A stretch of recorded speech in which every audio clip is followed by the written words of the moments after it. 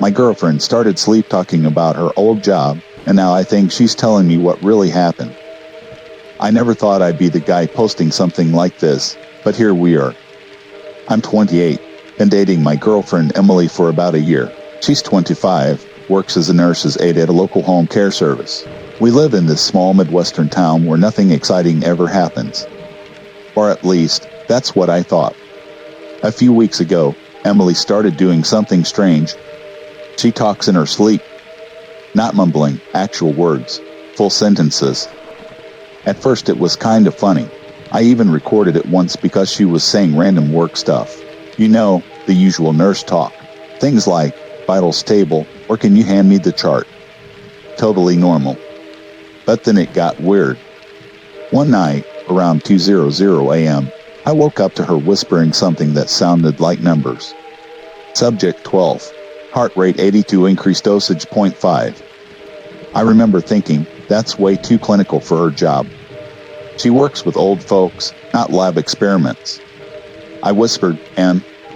She didn't respond, just kept murmuring. Then she said something that made my skin crawl. Doctor says we can't tell them what happens after the injection.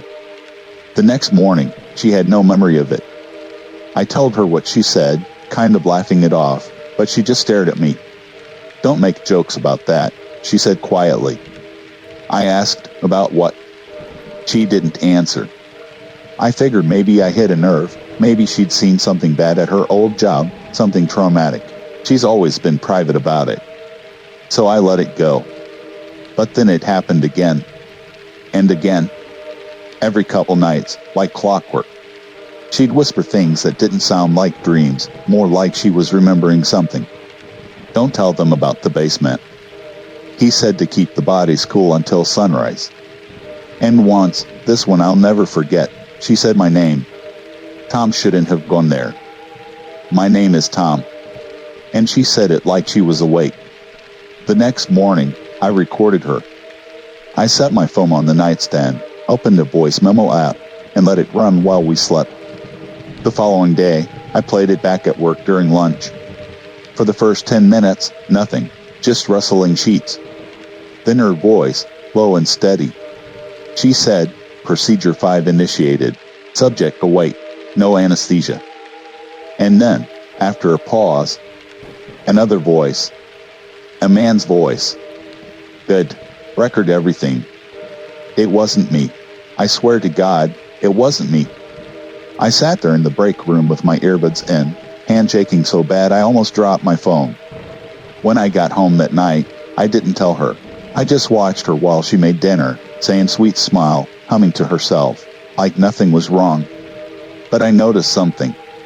She was wearing long sleeves again. She used to love tank tops around the house, but now she covered up all the time. When she reached up to grab a plate, the sleeve slid down a bit, and I saw a bandage on her arm. A small square of gauze, taped neatly near her elbow crease. I asked what happened. She said, "Oh, just a blood draw at work." But she said it too fast. That night, she fell asleep early. I sat there staring at her phone on the nightstand. She never let me touch it, always face down, password locked. I waited until her breathing got slow and steady, then tried to unlock it. She didn't even stir. But the lock screamed it wasn't her. It was a logo. A white snake wrapped around a red cross. I'd never seen it before. When I Googled it, nothing came up, not even a reverse image search. The next day, I went by her job to surprise her for lunch. The receptionist at the home care service looked confused when I asked for her. "Emily Price," I said. She flipped through her paperwork. "We don't have anyone by that name working here." I told her that must be a mistake, that Emily had worked there for months. But the woman insisted. Then she leaned closer and lowered her voice. "There was an Emily Price," she said, "but she quit 2 years ago." I left immediately. Called Emily, straight to voicemail. She texted me 10 minutes later, at a client's house. "Can't talk." I didn't reply. Instead, I drove home, opened my laptop, and started digging. It took a while, but I eventually found an old job posting from a small medical research facility 2 towns over. The employer name, H. Price Biological Research. Owner, Dr. Harlan Price. That name hit me like a punch.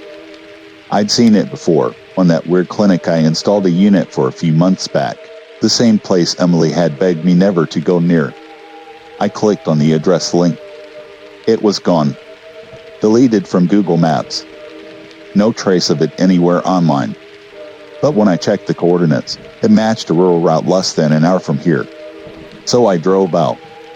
The road was empty. Just farmland, trees, nothing else. Then, about 5 miles down, I saw something half buried in the dirt, a metal sign, face down. I brushed it off. The lettering was faded, but I could still make out the words. H. Price Research Facility, authorized personnel only. My stomach dropped. Before I could even process it, I heard a vehicle behind me. A wide SUV. Same kind I'd seen parked there before. No plates. It slowed as it passed, tinted windows rolled up. I turned around, but it just kept driving.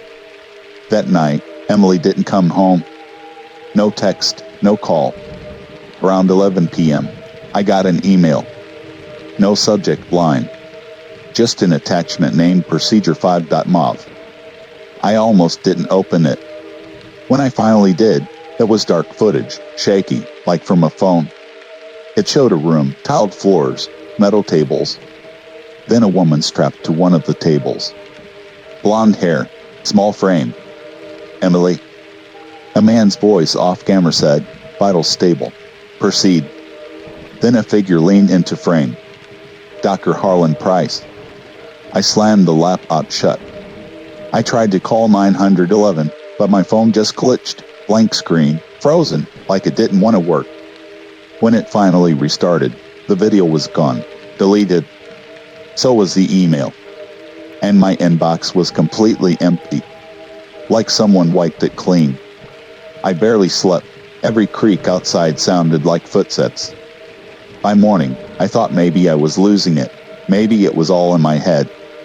Until I walked out to my truck. There, on the windshield, another white business card. Same as before. Just an address, handwritten this time. The same coordinates I'd driven to.